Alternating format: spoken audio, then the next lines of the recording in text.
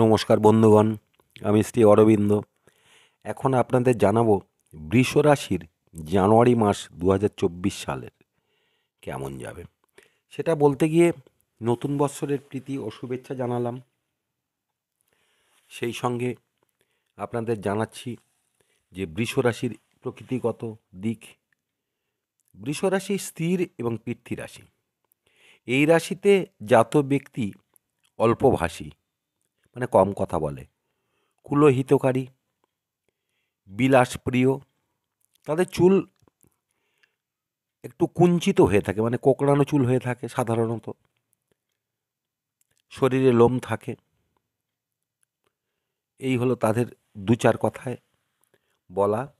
এবার আপনাদের জানাচ্ছি এই রাশির মানে গোচরগত অবস্থান, কোন গ্রহ কী অবস্থায় আছে।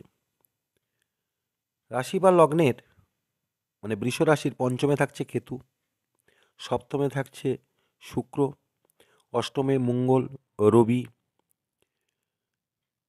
বুধ 7 তারিখে অষ্টমে যাচ্ছে, আর অষ্টমে শুক্র যাচ্ছে 18 তারিখে।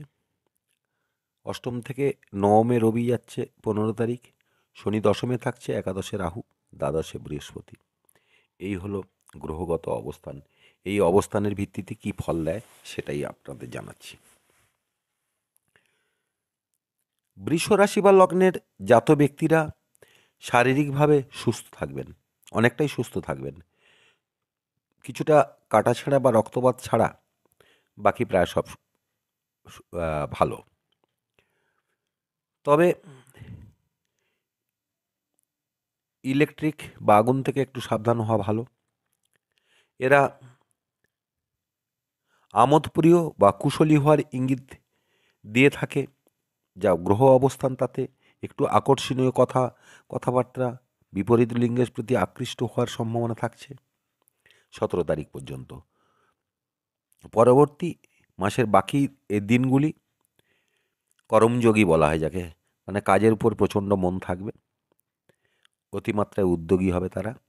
বিশেষ বিশেষ ব্যবসার ক্ষেত্রে যথেষ্ট লাভবান হবে। কিন্তু অষ্টমে মঙ্গল, একাদশে থাকা রাহুকে দৃষ্টি দেওয়ায়, বিশেষ করে দ্বাদশপতি হয় মঙ্গল, রক্তপাতের যোগ কিন্তু থাকছে, তাই আরেকবার বললাম। সেই সঙ্গে রবিও অষ্টম থেকে পরে নবমে অবস্থান করবে, পরে মাঝে মধ্যে মানসিক বিড়ম্বনায় ফেলে দিতে পারে। তথাপি মাসটা অন্য বেশ কয়েক মাসের তুলনায় ভালো। সেই সঙ্গে বলছি আবার যে বিগত অন্তত 6 মাসের যে ফল পেয়েছেন তার থেকে ভালো। তবে হ্যাঁ, মঙ্গলের অষ্টম দৃষ্টি ধনস্থানে থাকায় অর্থের স্থায়িত্ব কম থাকবে এবং কষ্টসাধ্য উপার্জন হিসেবে মাসটাকে নিতে পারেন। একটু এ মাসের শেষের দিকে হিসেব করে দেখবেন যথেষ্ট পরিশ্রম দিয়ে ইনকাম করেছেন। পিতামাতার উপরে কিছুটা বীতশ্রদ্ধ হবেন, কিন্তু মুখে কিছু বলতে পারবেন না। মাতার শরীর নিয়ে চিন্তাটা কিছুটা বাড়তে পারে। বিভিন্ন জায়গায় ব্যথা বেদনায় কষ্ট পাবেন তিনি।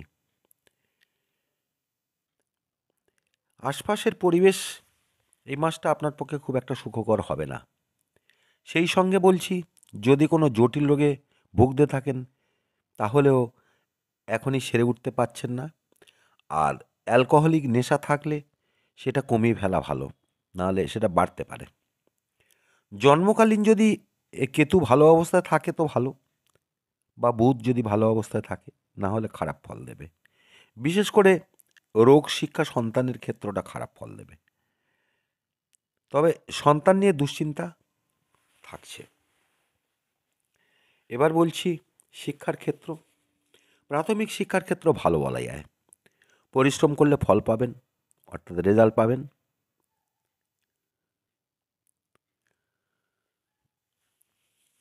আর উচ্চ মাধ্যমিক থেকে কলেজ পর্যন্ত ফলের হেরফের ঘটবে, সেদিকটা নজর দিতে হবে, অর্থাৎ সতর্ক থাকা খুব প্রয়োজন আছে।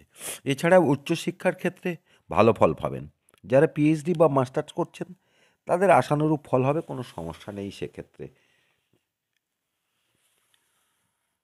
আর চাকরি প্রার্থীদের বা যারা চাকরি করছেন তাদের বলছি, যারা চাকরি করছেন তাদের কোনো সমস্যাই নেই। শুধু টার্গেট ভিত্তিক জবের ক্ষেত্রে চাপ থাকছে, তবে চাকরিটা যাচ্ছে না, অর্থাৎ দিক সময়টা ভালোই। আর নতুন চাকরি প্রার্থীদের কড়া প্রতিদ্বন্দ্বিতার মধ্যে পড়তে হবে, লড়াই কঠিন হবে, এটা বলে রাখলাম। এবার বলি ব্যবসায়ীদের কথা।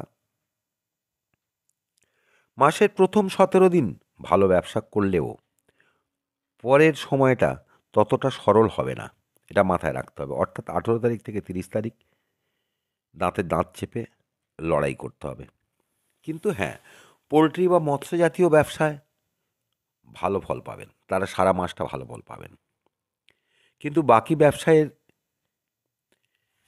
14 দিন আয় ব্যয়ের কিন্তু সমতা থাকবে না।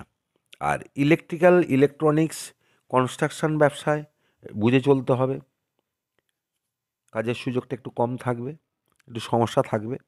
আর উৎপাদনশীল বা শেয়ার ফাটকা জাতীয় ব্যবসায় ভালো ফল হবে।